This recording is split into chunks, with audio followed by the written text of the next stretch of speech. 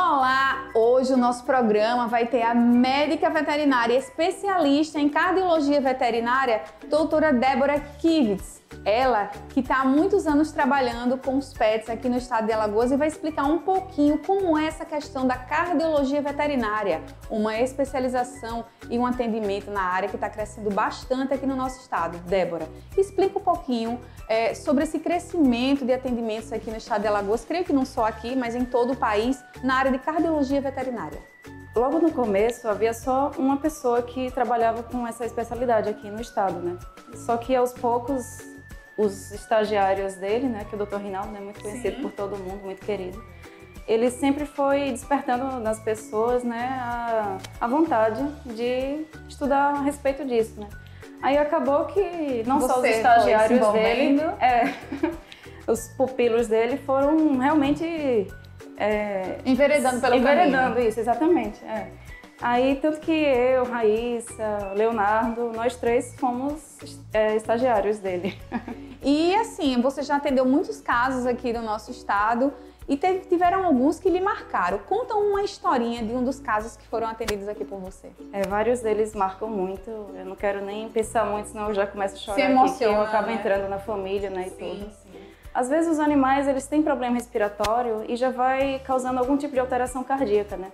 E às vezes não é necessariamente tratada. Então, às vezes passa desapercebido uma coisa ou outra, né? E acaba causando realmente alguma alteração já, por conta dessa alteração respiratória, o coração vai sendo alterado também, aos poucos, né?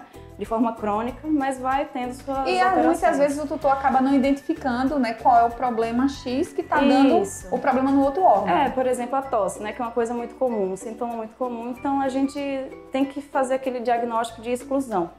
Vê assim, pensa, pode ser uma pneumonia? Não. Pode ser um colapso de traqueia? Não.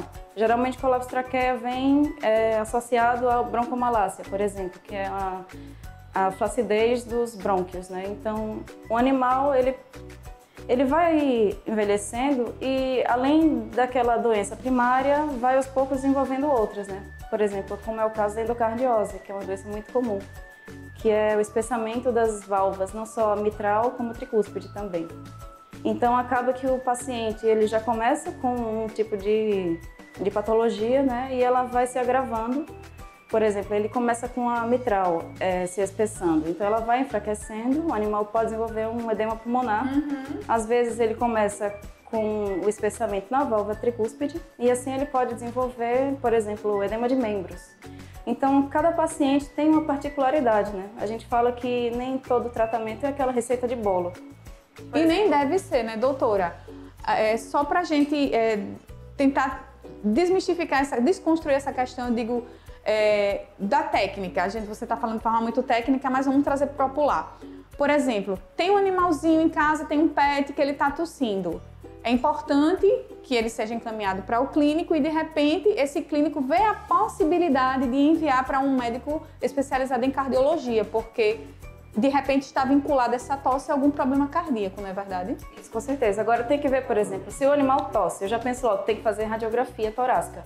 Mas tem que ver se ele está apto a realmente fazer uma radiografia torácica. Porque, às vezes, né, pela idade ou por algum motivo, ele não pode fazer esse procedimento. Imagine um cachorro com edema pulmonar, seja ele cardiogênico ou não cardiogênico, né? Então, o cachorro, o edema pulmonar nada mais é do que líquido dentro dos alvéolos.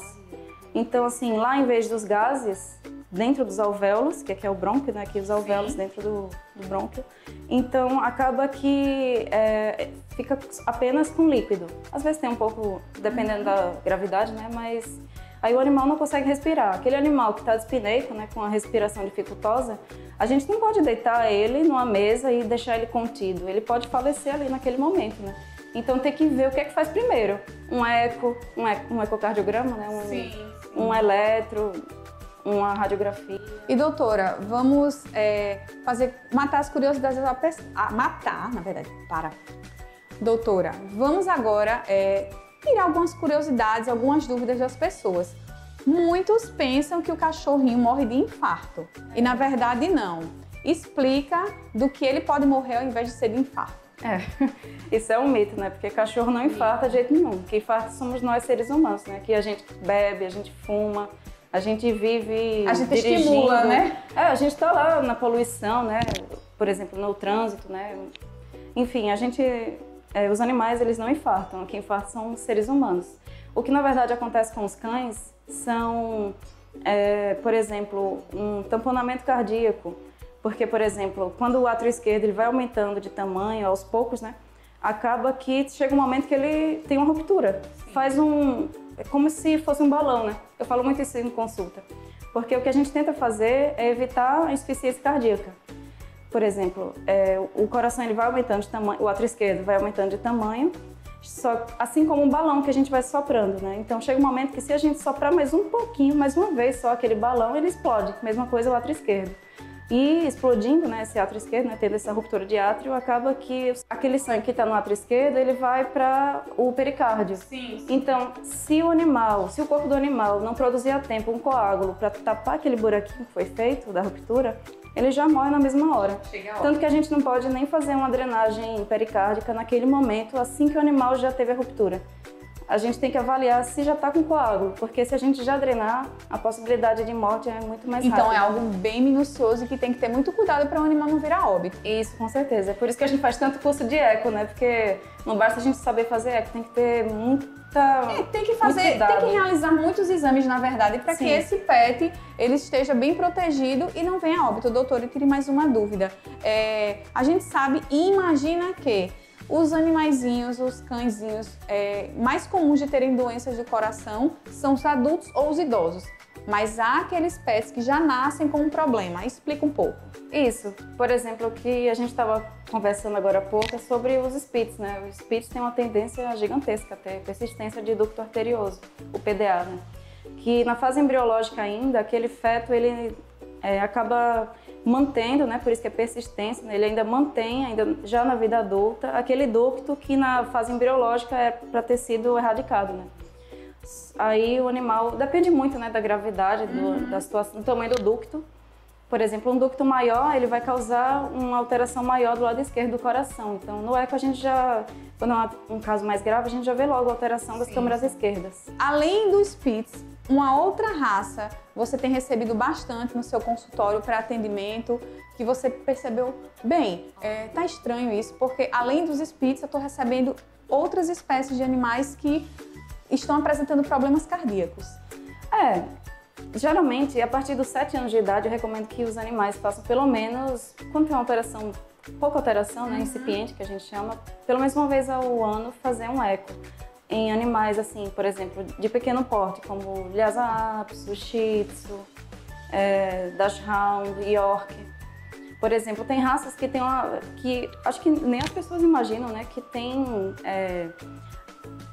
por exemplo, câncer, que fica em base cardíaca, por exemplo, né? Então, assim, quimodectoma, hemangiosarcoma. Então, são muito comuns, por exemplo, em Golden Retriever, por exemplo, York, costuma ter muita neoplasia também cardíaca. Então, doutora, só pra gente fechar, é importante que os pets, eles de repente estejam assim, sendo acompanhados sempre, principalmente quando chega essa fase da idade, a partir dos 7 anos, por um médico veterinário, principalmente fazendo exames de eletrocardiograma, ecocardiograma, para manter a saúde deles bem e evitar um susto maior, né, posteriormente. Isso.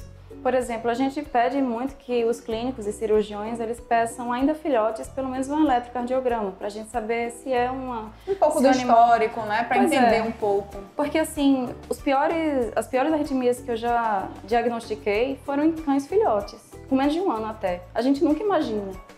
Só que a gente acaba diagnosticando, infelizmente. E, por exemplo, se vai fazer uma cirurgia e não roda um eletro antes, o animal morre durante a cirurgia e podem ter pensado assim, que foi anestesia, por exemplo. E querer culpar o médico veterinário que realizou o procedimento, né? Isso, tem que ter muito cuidado.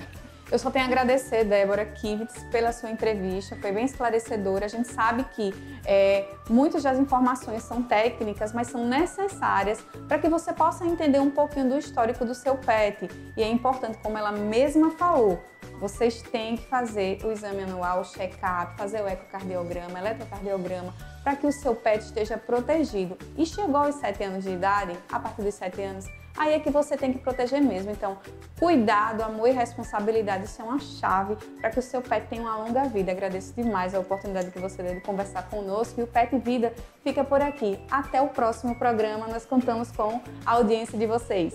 Pet Vida, um oferecimento iPhone Express, assistência técnica especializada.